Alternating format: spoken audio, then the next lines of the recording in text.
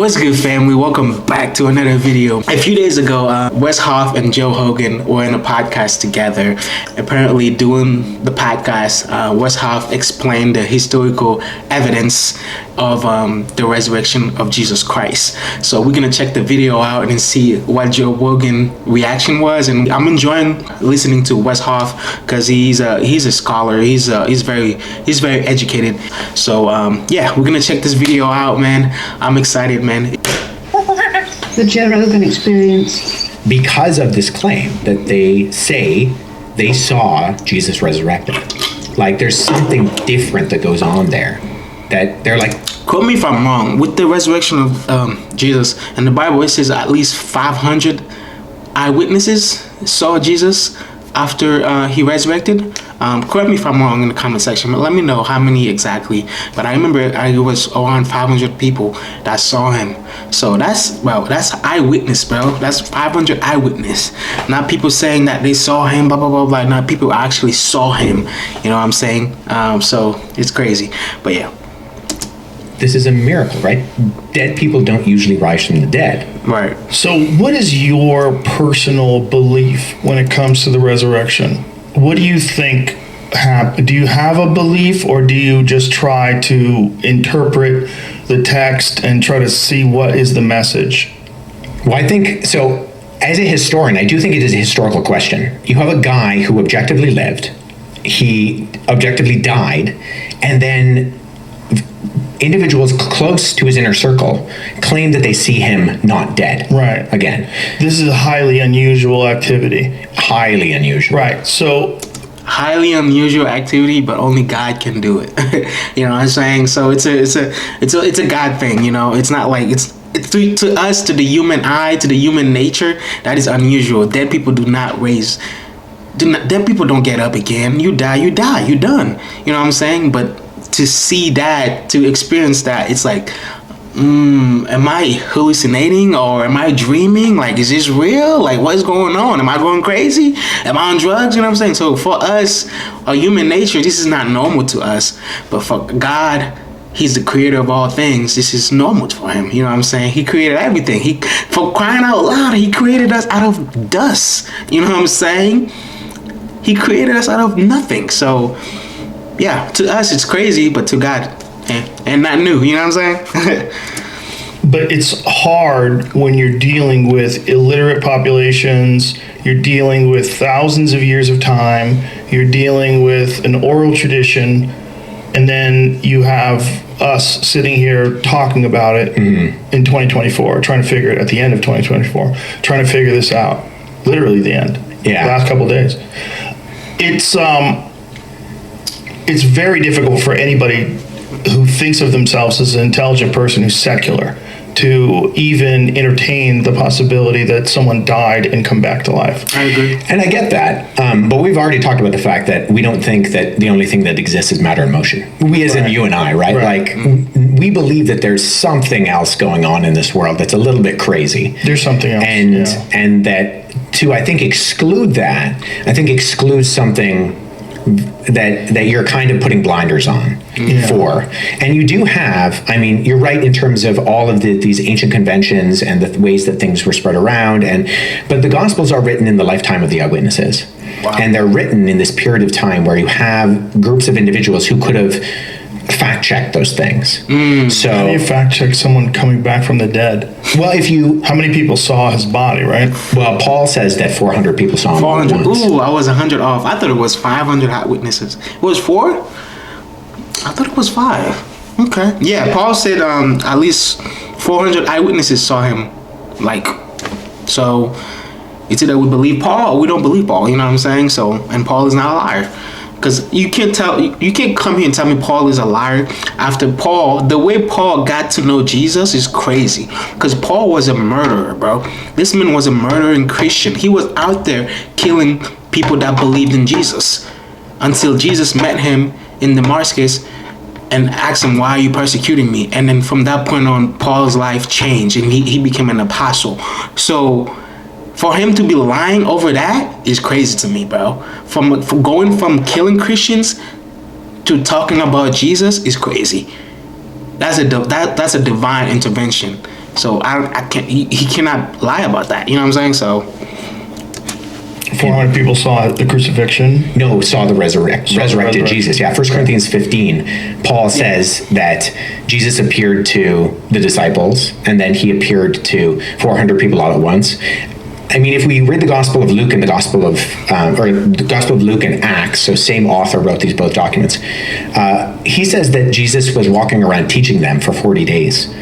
And you go from a bunch of scared guys who, because Jesus wasn't the only messianic figure who arose and claimed to be the Messiah. Right. There were a number of individuals both prior to and after Jesus, but they die and the movement dies with them. Do you think it's possible that he didn't die? And do you think it's possible that they thought he was dead? Because that does happen. well, technically, Jesus had to die. You know what I'm saying? So he had to die. The human flesh of him had to die. You know what I'm saying? Because he was the perfect sacrifice. He was the Lamb of God. So physically, humanly speaking, he had to die. But he was God, so he didn't really die. I don't know. Maybe I'm wrong. Hey, if I'm wrong, y'all, I'm always willing to learn. Let me know in the comment section what your thought and opinion regarding that. There was actually a case very recently where a guy was about to be harvested for organs. They thought he was dead, and this guy started moving again and came back to life. It's a very, very bizarre case because his family had been told that he was going to be harvested for organs. They were preparing for that. Yeah. This guy comes back. Yeah, I mean, we know a lot about Roman crucifixion, and we know that, and we know that they did their job well. Yeah. And so, in fact, sorry, I'm not trying to pause a lot, but I just want to give you a quick back check on Roman crucifixion. Like they couldn't leave until the person was dead. So sometimes it would take for a long time for the person to die. So they had to stab him for him to bleed out and die quicker. So the crucifixion is like, it's not just, nail on the cross, blah, blah, blah, blah, and then you're done. No, they had to make sure that person is dead, bro. You know what I'm saying? So, yeah, I mean, like you said, they did their job. They did their job well, so.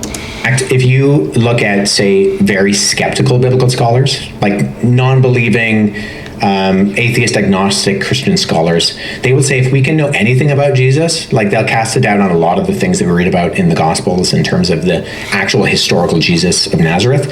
They'll say one thing we can be sure of is that he died by crucifixion under Pontius Pilate. Because we have not just multiple attested documents that we refer to as the New Testament, but Roman and Greek and Jewish writers refer to that claim afterwards and talk about the fact that you have this guy, and it's mocked within earliest Christianity. So one of our earliest, in fact, not one of, the earliest depiction of Jesus on the cross is called the Alexamenos Graphido. And it's probably from the end of the 1st century. And it's it depicts an individual with their arms raised in an act of worship, worshiping a man with a donkey's head who's being crucified. Wow. And right beside it, it says Alexamenos worships his God in Greek. Whoa. And it's mocking, right? Because crucifixion was for the lowest of the low. It was for like slaves. In fact, if you were a Roman citizen, you were banned from being crucified. Who was it that got crucified upside down? Peter. Why? Was it because like regular crucifixion wasn't good enough for him, or what was it, he didn't deserve it because Christ had gone through it? Well, so the story is that they say we're going to crucify you, and he says it's like too big of an honor to die like my Lord, and they say, well, we can fix that. Oh Jesus! Yeah. Shut your mouth. Peter was a savage, man. He said, "Nah, I can't die like that. I can't die the same way my Lord died. Put me upside down." You know what I'm saying? That's savage mode right there, man. That's savage mode. And that's worse, bro. Imagine being crucified upside down, bro. Sheesh. Listen, the Romans were pretty brutal. Yeah. But this is why we know, like, it's interesting. We know a lot about crucifixion, but crucifixion was seen as so disgusting. I believe it was Cicero who said that, like, the word crucifixion shouldn't even be on a Roman man's lips. I mean, the word excruciating, right? Ex is off of in Latin, and cruce, off the cross. So that's where we get that word, is because this was designed to humiliate Wow. And it was designed to be as painful as possible. There was actually a really good article done by JAMA, the Journal of the American Medical Association, which was done by a number of, I think it was in the 70s, or the early 80s. It was done by a group of biblical scholars and then medical professionals. And so they looked at the conventions of what we do know about Roman crucifixion, and then they looked at the descriptions in the gospel to try to figure out, okay, if we could diagnose how Jesus died, how would he have died? And so they basically came up with this idea that he probably asphyxiated to death. You kind of drown in your own blood. But definitely did. The chances of Jesus surviving the crucifixion, I think, are narrow to none. And the chance of him appearing 3 days later completely fine, I mean, if the first thing you do, if you survive a crucifixion and then you go and you find your disciples, the first thing you say is not, peace be with you. It's get me to a hospital, right? Did they have them back then? No, not really. Are we in time? I see where he's coming from. Yeah, I mean, that's facts. I mean, the first thing you do, you don't show up to your people and be like, hey, all is well, peace be with you. Don't be afraid. You know what I'm saying? You don't say that. Like, hey, I need a doctor right now. You know what I'm saying? Because only God can do this, man. So Entirely certain of their measurement of days. So this is an interesting question because of the differences between when the Gospel of John says Jesus died compared to the Synoptics, because John appears to be using the Roman convention of counting time, and the other Gospels, when they describe the timing, appear to be using the Jewish ones. And actually, if you correlate between the two, they match up pretty well. So the thing is, with Jews, any part of a day was considered a day. So 3 days and 3 nights becomes almost an idiom for any part of that day is the day. So if Jesus, and because they count evening and morning, evening to morning is the day, it's very possible that it wasn't like how we would think of 3 24-hour days, especially if he dies on Friday and wakes up on Sunday. So that would actually make it less time than more time. Yeah. So it's not like he had recovery time. Oh, no, he didn't have recovery time. That's what I'm saying. It's not like it was 3 days, it was actually 3 months. Oh, no. Yeah, so, not like that. Then 400 people saw him afterwards. That's the claim that Paul makes. Paul makes this claim. Yeah. And how many different people have some sort of a recollection or a writing or something that's attributed to them of being witness to his resurrection? Well, you have Peter, Paul, Jude, James, and Matthew, Mark, and Luke. The thing with Matthew, Mark, and Luke is that Matthew and John are attributed to direct disciples of Jesus. Luke and Mark are not. So they are not eyewitnesses within the Jesus community. In fact, Luke prefaces his gospel by saying that.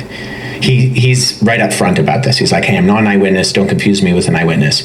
But he actually uses conventional writing. What's the term I'm looking for? He uses writing conventions of the day that would fit within regular biography that was written within the Roman world. So you have a guy named Quintilian who is basically, I mentioned him before with the he's teaching people how to write, and he says that if you're going to write biography, you need to be interviewing eyewitnesses, and you can't be too far away from the event to be able to write these things. And Quintilian, Lucian, and Josephus, who are all these very prominent ancient biographers and writers of history, have a lot of crossover in the way they describe how you should write history with the words that Luke uses at the beginning of his gospel, where he says, I'm interviewing eyewitnesses and I'm writing up an orderly account. Okay. And so he's saying, I'm going to use these methods that are expected as good history of my day. I'm not an eyewitness, so I'm going to try to find the people who are eyewitnesses, and I'm going to try to encapsulate this within a document that communicates what is being written. Is there an historical record of him just dying and this, like a refutal or a rebuttal rather to what they're saying? No, the only ones from the ancient world that deny his resurrection are groups that come on afterwards that sometimes are sometimes are described as Gnostics, and they're not necessarily just denying it for the reasons we might think they were. They're denying it because they have incorporated ideas of pagan philosophy, where they believe that the spiritual is good and the physical is bad. So if Jesus was crucified, let me back up. If Jesus is God, he cannot have a physical body. So they deny that he actually had a physicality to him. This is sometimes called Docetism, because dokein in Greek means to seem. So these groups that we describe as the Docetics, they are denying that Jesus had a physical body. He only seemed to have a physical body. And they wrote documents later on. So the Gospel of Peter, which comes around in 2nd, 3rd, 4th centuries, is being written, and it has Jesus kind of chilling on the cross, because he's not really physical, because he's divine, and physical entities don't have physical bodies. So we don't actually get like a concrete denial of his resurrection in that way until you get things like the Gospel of Barnabas in the Middle Ages, which is actually the document that Billy brought up to me in the conversation we had, is the evidence that Jesus was never crucified, the Gospel of Barnabas. Well, Gospel of Barnabas is 15th century. It paraphrases Dante's Inferno. It's not an ancient document. So, but in the ancient world, nobody really had that big of a problem with these kind of supernatural claims. The more of the kind of skepticism was why you would worship a crucified individual to begin with. Wow. So they were less. Yeah, that makes sense. Yeah, he explained that very well. Why would I feel like that would make sense why people would deny it, because like it makes no sense. Like, why, if Jesus is God, why is he dying? You know what I'm saying? Like, why is he crucified? Like, why do you want to worship a being that's crucified? You know what I'm saying? That makes sense. I could see why people wouldn't accept it. But if you know the reason why Jesus had to die, then you will accept it, because in the Bible it says Jesus had to die for our sins and he has to rise again. And then obviously there was prophecies that was being said in the Old Testament, like Isaiah, Ezekiel, like all these prophets back then was prophesying what to come, what must happen. So it makes sense. I understand. But like, if you know the backstory, everything, you will be like, okay, well, it makes sense why he had to be crucified and he had to die. That he was resurrected, or that you would worship a crucified like teacher was just seen as silly, because it's so humiliating to be crucified. And that like a God would let himself go through this. Yeah, exactly. I was just about to make that point. Like, why would God let himself go through that? You know what I'm saying? Why not stop it? You know what I'm saying? But it just shows like the love that God has for us, man. Not only the love that he has for us, giving us the greatest gift that he could ever give us, the free will, the ability to choose between right or wrong, to choose God and evil, you know what I'm saying? Good and bad. And so it's him showing y'all like, hey, you still have a choice to choose what you want, which God do you want to serve, you know what I'm saying? Like, it's just like it's just a beautiful picture for him to just completely deny himself and deny his deity, who he is, to give himself to die for us. It just shows the true love that God has for us, man. So we serve a great God, bro. Like, man. What are you talking about? In fact, the ancient world didn't really have a problem with supernatural events.